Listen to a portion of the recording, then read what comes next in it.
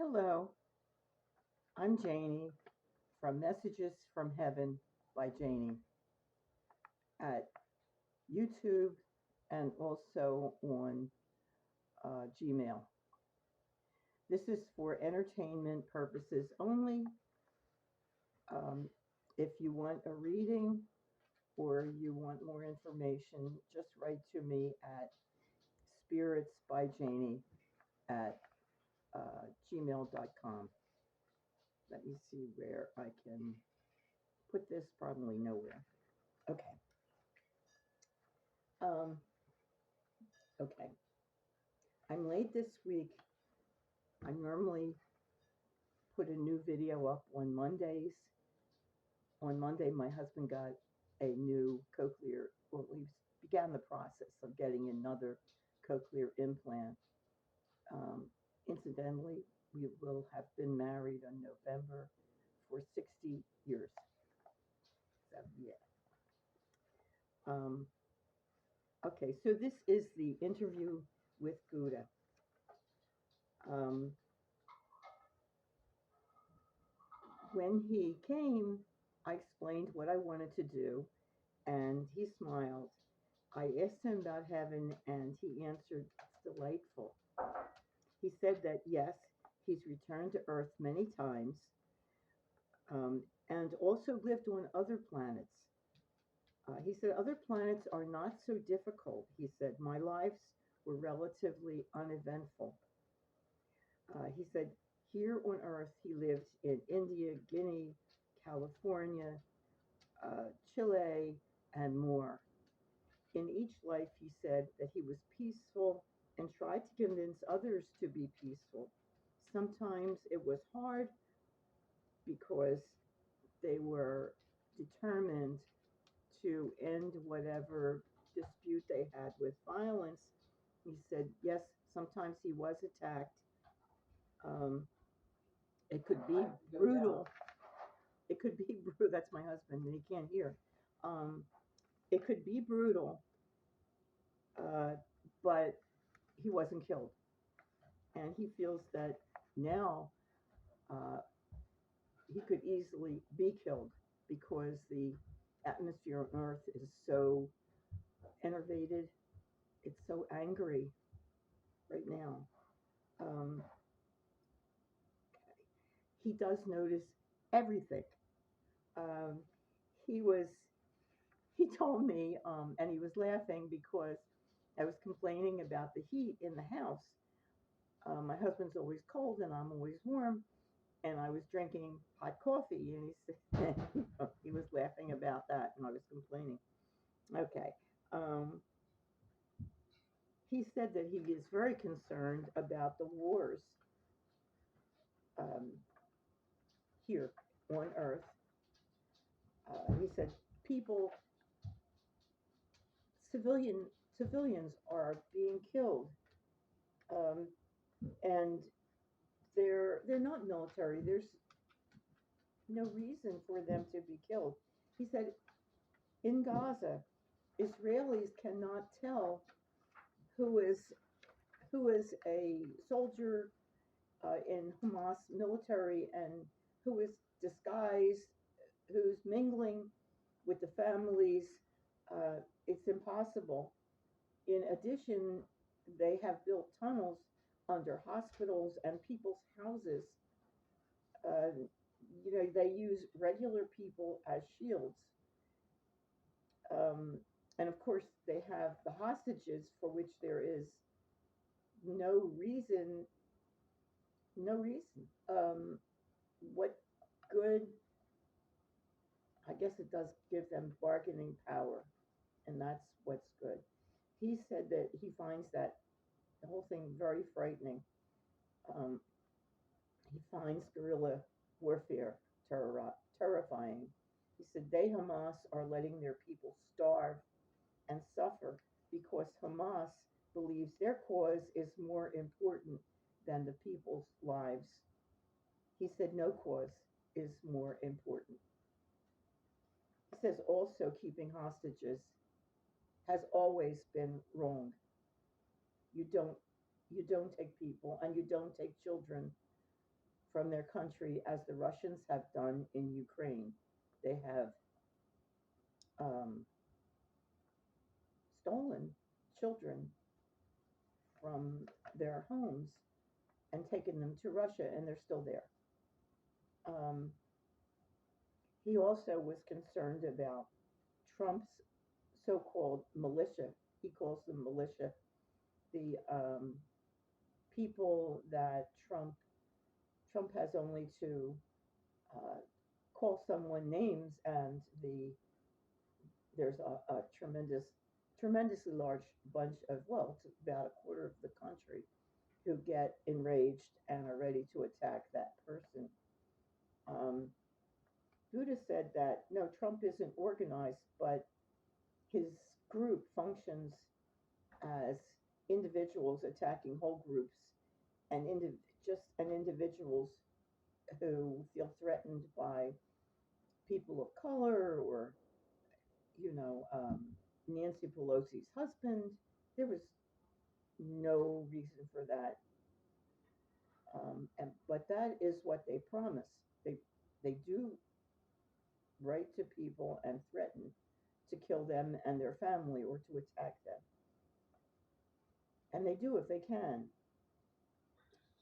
They're threatened by journalists, neutral folks like judges, and oh my goodness, and the other side. He says all this violence is old. People are willing to kill to achieve power, money, and fame. It's wrong. There's no need. He says humans would be so much better off without all the violence. Would the USA be so different if we had not fought the British? He thinks, no, we'd be in better shape. Turn the page. Um, he felt that our karma, the United States karma, would be better, especially now. He didn't think that Trump would have had the opportunity to allow millions to die from COVID, from the lack of machinery getting to them, and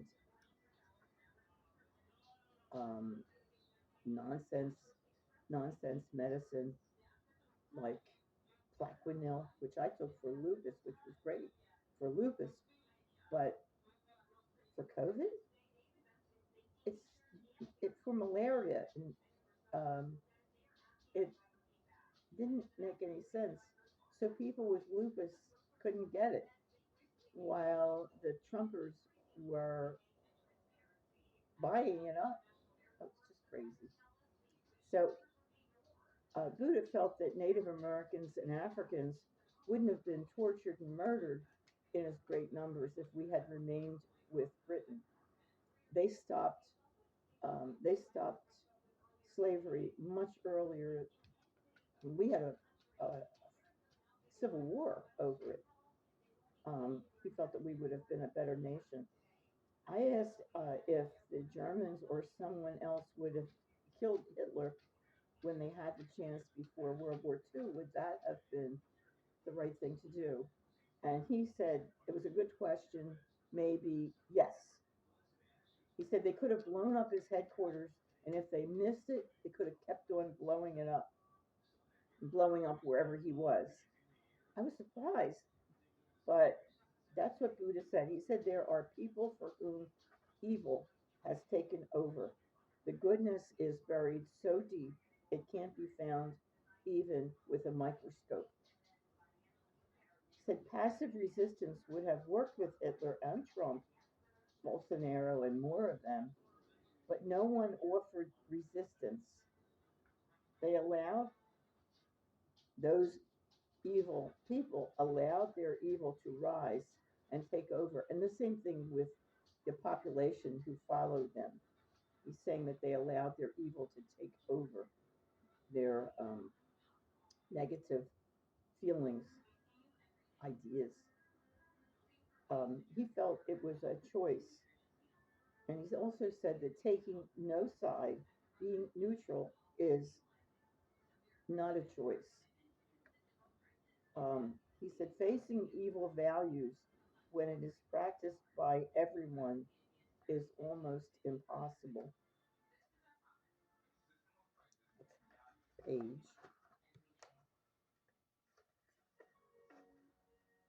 I type these up now because I can't read my handwriting.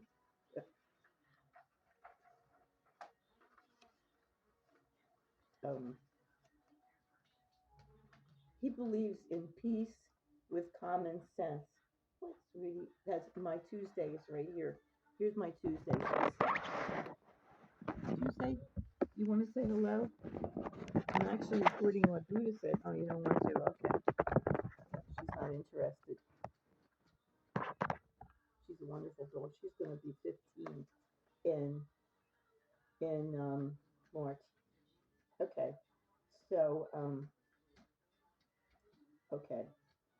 He was talking about Myanmar. If you remember what was going on a few years ago, the Buddhists are the majority in Myanmar. That used to be Buddha. It used to be Burma. And he said what happened there was horrible. There wasn't enough negotiation, and to blame simple people, especially for their leaders' anger and boorishness, was wrong. I mean, the army there was chasing after people who were running away from Myanmar. He said he wanted to stop them, but he couldn't. Um, the spirits try to talk, to speak into people's ears and give them ideas. Um, they try to influence for the better, and sometimes it works and sometimes it does not. Um, Buddha talked about my painting and my readings, which surprised me. I didn't know that he would know. And then he asked me to paint him. It's nice. I promised I would, and I will. I have painted my great grandfather who passed away in 1903. And do you want the little sheep? And my uncle who passed away long before I was born. Here, you want the little sheep? Here's your little sheep. Yeah. And I will show you my friend Susan who passed away. Painted her. And can you see her dog? Uh-oh. Let's see. Ooh, where I'll put that down.